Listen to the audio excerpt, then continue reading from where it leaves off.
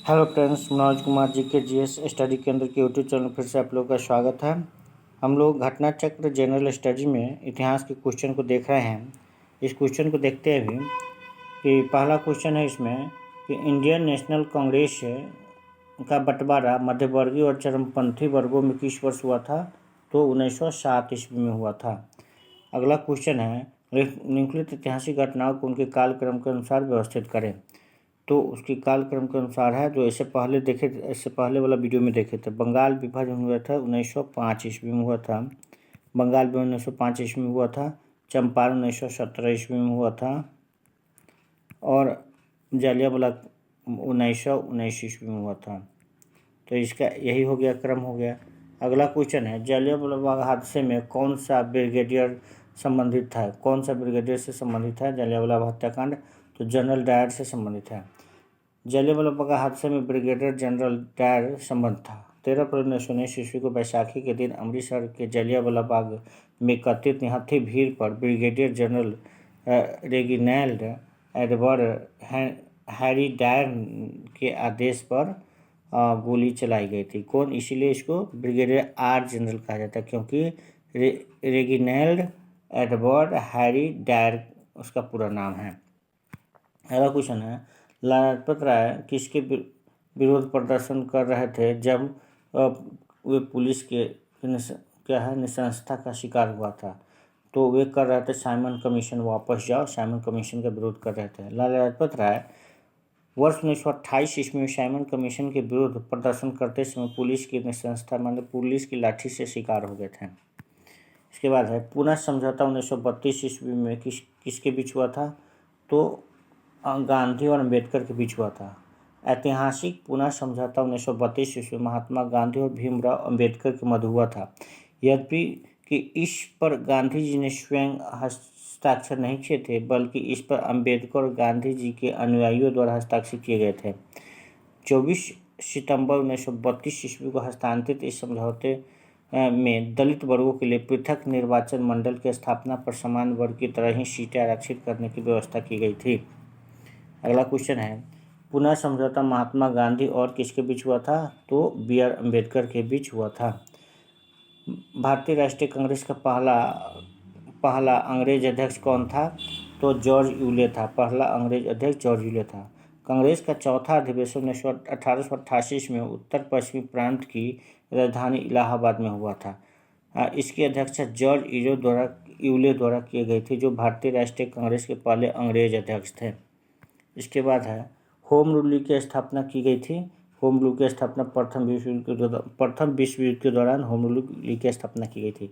भारत में home rule की स्थापना स्वशासन की प्राप्ति के उद्देश्य से 1916 ईस्वी में बाल गंगाधर तिलक एवं एनी बेसेंट द्वारा अलग अलग की गई थी। प्रथम विश्व युद्ध 1914 से 18 के दौरान हुआ था। अगला क्वेश्चन है ऑल इंडिया मुस्लिम लीग की स्थापना किसने की थी?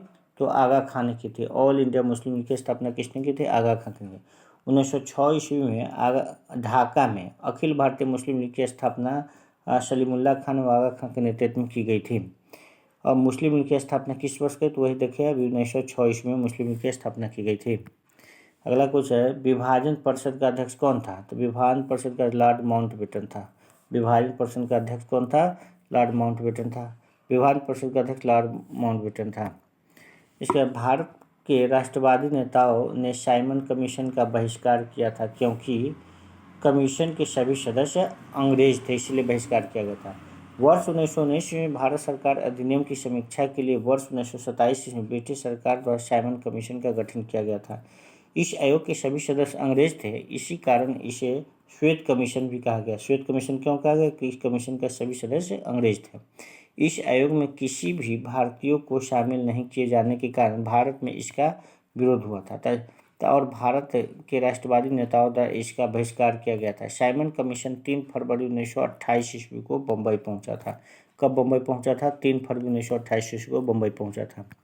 अगला क्वेश्चन है 1928 में भारत में आए उस कमीशन का नाम बताया जिसका उद्देश्य भारत की संवैधानिक व्यवस्था को लागू करना था। तो वही था साइमन कमीशन आया था। इसके बाद है फरवरी 1928 में भारत आने वाले साइमन कमीशन का बहिष्कार किया गया क्योंकि उसके सभी सदस्य क्या थे? अंग्रेज थे। भारत सेवक समाज की स्थापना किसने की थी? तो गोपाल कृष्ण गोखले ने किया था भारत सेवक समाज की स्थापना। भारत सेवक समाज, जिसे सर्वेंट ऑफ इंडिया सोसाइटी भी कहा जाता है इंग्लिश में, की स्थापना गोपाल कृष्ण गोखले ने पुणे महाराष्ट्र में 12 जून 1905 ईस्वी की थी।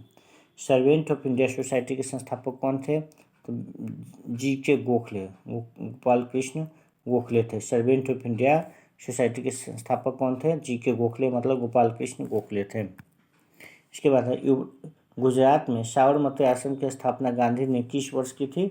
तो 1917 ईस्वी में की थी। 1917 ईस्वी में की थी। गुजरात में साबरमती आश्रम की स्थापना गांधी जी ने 17 जून 1917 को कोचरब नामक स्थान, कहाँ था? कोचरब नामक स्थान पर की थी। गांधी जी ने अपना प्रसिद्ध दांडी मार्च यहीं से प्रारंभ किया था। कहाँ से? साबरमती आश्रम से प्रारंभ किया था। इसके कलकत्ता, मद्रास तथा बम्बई में उच्च न्यायालय निम्नलिखित में से किस वायसराय के कार्यकाल में अस्तित्व में आया था? तो लॉर्ड कैनिंग के काल में अस्तित्व में आया था।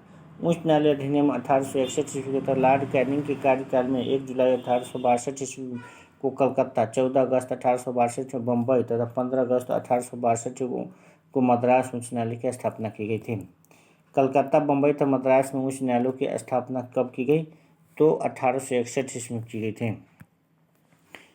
बाल गंगाधर तिलक को किसने अपना राजनीतिक गुरु कहते थे? तो दादा भाई नौरोजी। बाल गंगाधर तिलक किसे अपना राजनीतिक गुरु कहते थे? तो दादा भाई नौरोजी को कहते थे। उपयुक्त में से दादा भाई नौरोजी बाल गंगाधर तिलक का अपना राजनीतिक गुरु कहते थे। चटगांव या चिटगांव, चटगांव शस्त्रागार पर धावा किसके नेतृत्व में बोला गया था? तो सूर्यसेन के नेतृत्व में बोला गया था। 8 अप्रैल 1830 ईस्वी को 1830 में सूर्यसेन के नेतृत्व में चिटगांव तत्कालिक बंगाल शस्त्रागार पर धावा बोला गया। सूर्यसेन को प्यार से लोग मास्टर दा के नाम से भी जानते हैं। सूर्यसेन को प्यार से लोग मास्टर दा भी कहते हैं। इसके बाद है कुछ गांधी इरविन के। गांधी इरविन समझौता 5 मार्च 1931 ईस्वी के सबना बगे आंदोलन से संबंध है। इस समझौते पर प्रमुख शर्तें इस प्रकार है। अगला इससे आगे होगा। तो इस तरह से इसमें कुछ धुंधला दिखाई दे रहा है, इसको देखेंगे, फिर इससे आगे अगले वीडियो में लेकर आएंगे। तब तक के लिए धन्यवाद।